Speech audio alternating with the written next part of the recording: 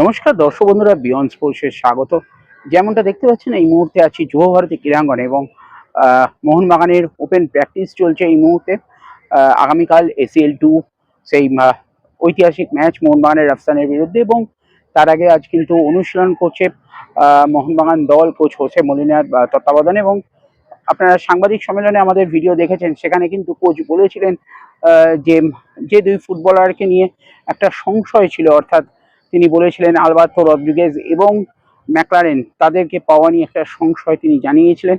এবং আজকে অনুশীলন থেকে যেটা লেটেস্ট আপডেট দিতে পারি, আজকে অনুশীলনে কিন্তু এলেন না আলবার্তো রদ্রিগেজ, এবং এটা দেখে হয়তো ধারণা করতেই পারছেন যে আলবার্তো রদ্রিগেজ হয়তো আগামীকালের ম্যাচের জন্য দলে নেই। এটা একটা বড় ধাক্কা, কারণ ডিফেন্সে আলবার্তো আপাতত যতক্ষণ না নুনো রুইজ দলের সাথে যোগ দিচ্ছেন, এই আলবার্তো রদ্রিগেজই কিন্তু মূল স্তম্ভ ছিলেন, এবং তার না থাকাটা এই AFC কাপের ACL মতন ম্যাচে অত্যন্ত একটা বড় সেটব্যাক। তবে আশার খবর আর একটাও, যে জিমি ম্যাকলারেন আপাতত কিন্তু এখনো পর্যন্ত দলের সাথে অনুশীলন করছেন, এবং এটুকু ধারণা করা হচ্ছে এখানে সাংবাদিক মহলে যে আগামীকালের ম্যাচে হয়তো প্রথম 18 অর্থাৎ রিজার্ভ বেঞ্চে তিনি স্টার্ট করতে পারেন।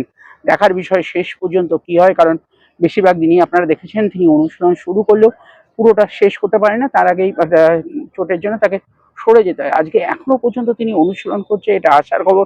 এবং কোচও অন্যদিন যেমন সরাসরি বলে দেন যে ম্যাকলারেন নেই, এখনো সুস্থ হয়নি, আজকে কিন্তু তিনি সেরকম না বলে বলেছেন ক্রমশ সুস্থ হচ্ছে জেমি ম্যাকলারেন, এবং সেটাই কিন্তু একটা বড় স্বস্তির খবর। তবে ডিফেন্স যতই অ্যাটাকিং লেভেলে আরও ম্যাকলারেন আসুন, আলবার্তো রদ্রিগেজের অনুশীলনে না আসা এবং কোচের যা বক্তব্য যে ধোঁয়াশা আছে, তিনি এখনো শিওর নন, ডাউট আছে, সেই সব দিক থেকে অন্ততপক্ষে এটা ধারণা করাই হচ্ছে যে আলবার্তো রদ্রিগেজ নেই, এবং সেটা কিন্তু একটা বড় ধাক্কা।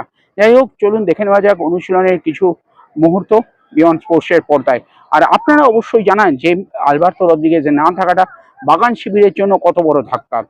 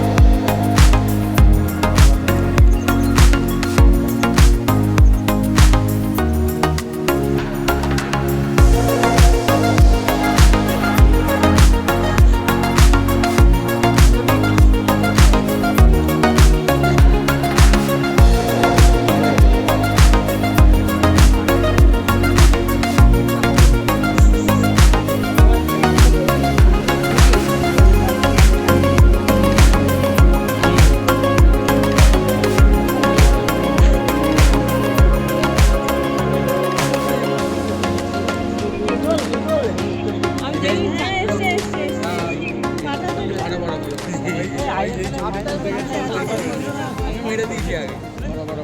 হাফ টাইমে 2-2 দাম